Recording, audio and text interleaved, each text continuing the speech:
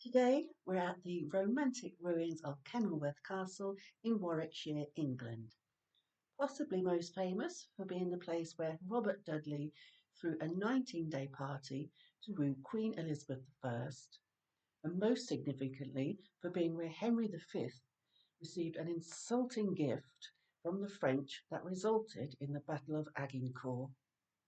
Its walls enclose a series of outstanding medieval and early Renaissance architecture. But the original castle dates back to over 900 years ago when Henry I granted Geoffrey de Clinton land in 1124. It was a simple earth motte and bailey fortress to begin with. A castle keep was built shortly after by de Clinton that's now known as the Great Tower. The castle became under royal control when Henry II took control in 1173. Henry II's second son, King John, improved the defence structures of the castle by building the outer bailey stone walls that still stand today. At this time there was a huge lake called the Mere to the left of the castle. John improved the dam and the defensive water structures, creating a formidable fortress. The main entrance into the castle is what used to be the top of the old dam. Further additions were added to the castle by John of Gaunt, who inherited the castle in 1362. He built royal apartments and the Great Hall. This hall was so magnificent that when Robert Dudley was given this castle by Queen Elizabeth I in 1563, he refused to make any changes to it. The huge kitchen next to the Great Hall is 66 feet in length. As I mentioned earlier, this castle is where King Henry V was residing when he received a gift of tennis balls for him to play with from the ambassador of France, suggesting that King Henry was too young and immature to engage in the political negotiations that were happening at the time.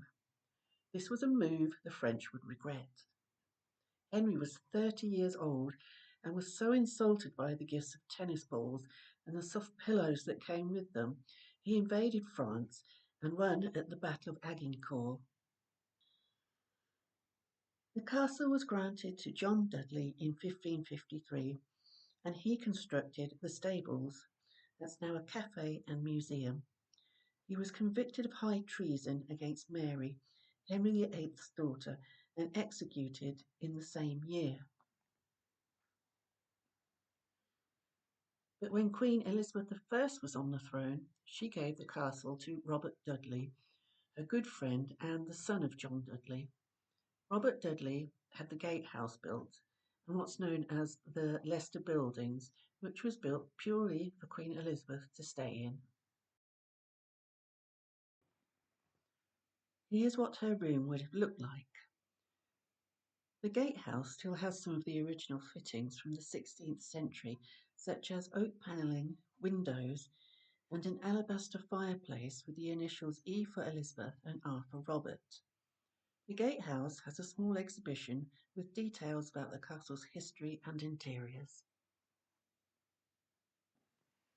It also has a beautiful garden, which I'm sure looks absolutely stunning during the summer.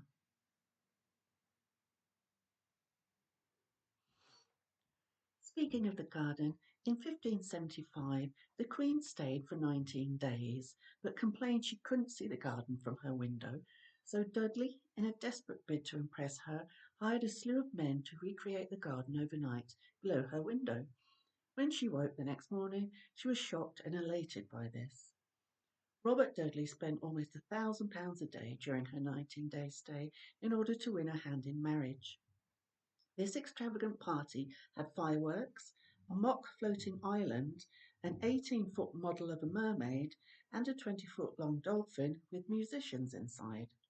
And you can imagine the feasts that were produced in the huge kitchen.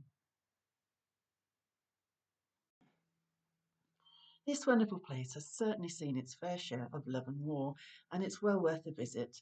I'm going back in the summer so I can see its garden in its full glory.